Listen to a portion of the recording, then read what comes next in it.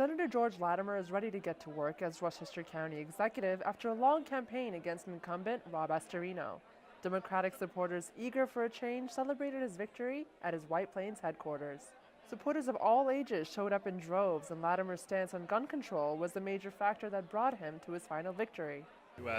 And George Latimer has been a good gun sense candidate. Rob Astorino, when he ran for governor, he wanted to repeal the SAFE Act, which was a bipartisan measure that was passed right after Sandy Hook, saving lives, keeping domestic abusers from getting guns. Latimer supporters believed more in his policies and were not persuaded by attacks from the Astorino campaign.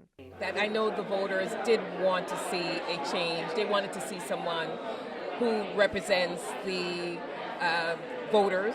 I know George Latimer is a good person. The fact that Senator Latimer has run a strong campaign that was able to, one, focus on the issues and really bring to bear a lot of the concerns that a lot of Westchester residents have with Rob Astorino's connections to Donald Trump and his potential corruption scandal that's brewing with the Recknitz testimony.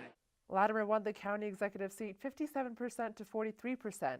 Bringing back the county in Democratic hands after 4 years. Congratulations, you just won. Thank you. How do you feel? What's next? I feel pretty exuberant. Tonight I think we enjoy the moment, but starting tomorrow after I sleep in, it's about trying to put together a transition team, looking for the best qualified commissioners, and then starting to implement the policies we talked about in the campaign. Any last words for Astorino?